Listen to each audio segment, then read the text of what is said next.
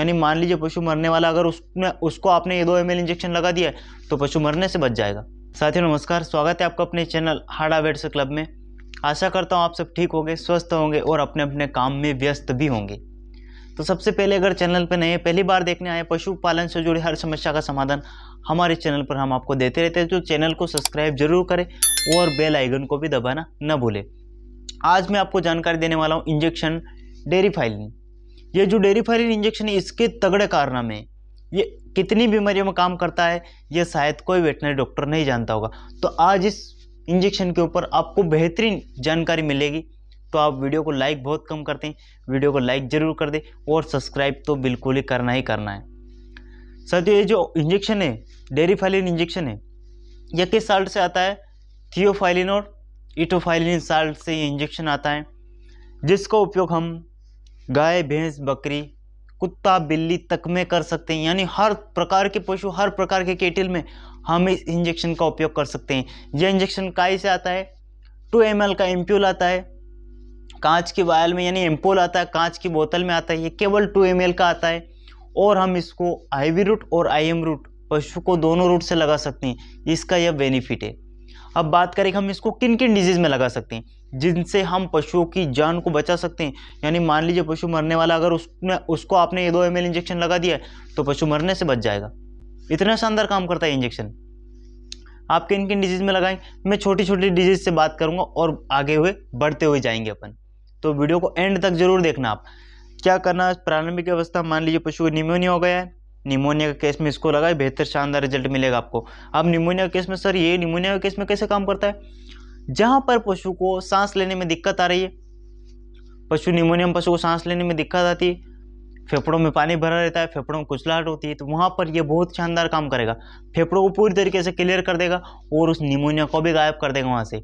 किसी भी प्रकार से यदि पशु को सांस लेने में दिक्कत हो रही है, पशु हाँफ रहा है, पशु को सांस लेने में परेशानी आ रही है, कुछ भी होगा, वहां पर आप इसको पशु को लगाएंगे तो आपको बेहद शानदार रिजल्ट देखने को मिलेगा।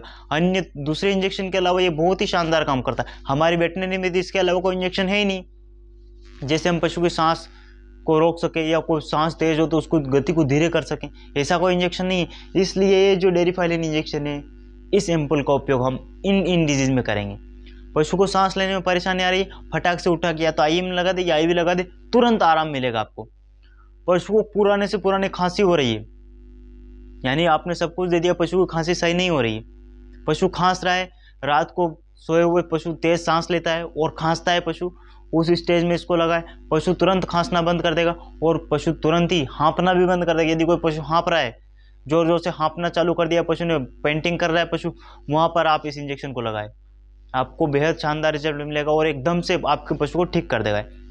इसके अलावा मान लीजिए पशु को गलघोटू हुआ या कुछ ऐसी बीमारी हुई जिससे पशु को गला चौक हो गया था, गलघोटू ठीक हो गया लेकिन उसको सांस लेने में परेशानी हो रही है, यानी उसके फेफड़ों में कंजेशन हो रहा है, वहां पर उस स्थिति में हमें क्या करना है? गलघोटू में भी हम इस इंजेक्शन को लगा सकते हैं, हमें बेहतर रिजल्ट देखने को मिलता है। पशु खांस रहा है, पशु को गलघोटू होगा, यानी सांस से संबंधित, फेफड़ों से संबंधित पशु को कोई भी रोग हुआ, पशु तेज खांसता हो, तेज छींके लगाता हो, पशु घर घर की आवाज कर रहा है यदि पशु, तो आप इस इंजेक्शन को लगाए, पशु तुरंत बंद कर देगा।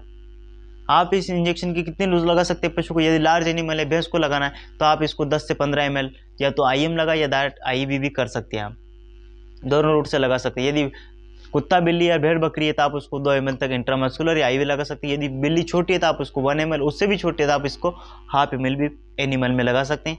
यदि बड़ा केटल है तो हम उसमें 10 से 15 ml डायरेक्टली उसको IV कर सकते हैं, बोतल में डाल के भी कर सकते हैं, हम इसको सीधे डायरेक्ट तुरंत भी IV कर सकते हैं और हम इसको IM भी लगा सकते हैं। लेकिन सही इसके एक बात का आपको ध्यान रखना है, यह नॉन प्रेग्नेंट है, यानी इसको प्रेगनेंसी में सेफ नहीं माना जाता है। तो जो पशु प्रेग्नेंट नहीं है आप मेल में इसका उपयोग करें, जो पशु प्रेग्नेंट नहीं है उनमें आप इसको लगाए, जो पशु दूध दे रहा है उसमें भी आप इसको लगा सकते हैं, दूध में कोई भी इसका साइड इफेक्ट देखने को नहीं मिलता है।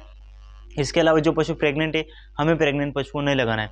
अब आप मेरी बात को यूँ समझिए, जहाँ पर भी पशु सांस लेने में पशु को दिक्कत आ रही, फेफड़ों से संबंधित पशु की चाहे कोई सी भी बीमारी हो, ये खांसना तो एक मैंने टॉपिक उठाया है, खांसना तो ये मेरा तजुर्बा है, मैंने इससे ठीक कर रखा है पशुओं को, इसलिए मैं आपको बता रहा हूँ कि जहाँ पर भी पशु खांसता हो, कंजेशन होता हो, वहाँ पर आप इसको लगाए। डेंचिंग निमोनिया में लगाए, गलघोटू में लगाए, जहाँ पर पशु को सांस लेने में दिक्कत आती है, श्वसन क्रिया में धीमी हो गई पशु, वहाँ पर आप लगा पशु हाँफ रहा है, जोर जोर से पेंटिंग कर रहा है, सब कुछ दे दिया लेकिन पशु हाँफता बंद नहीं हो रहा है।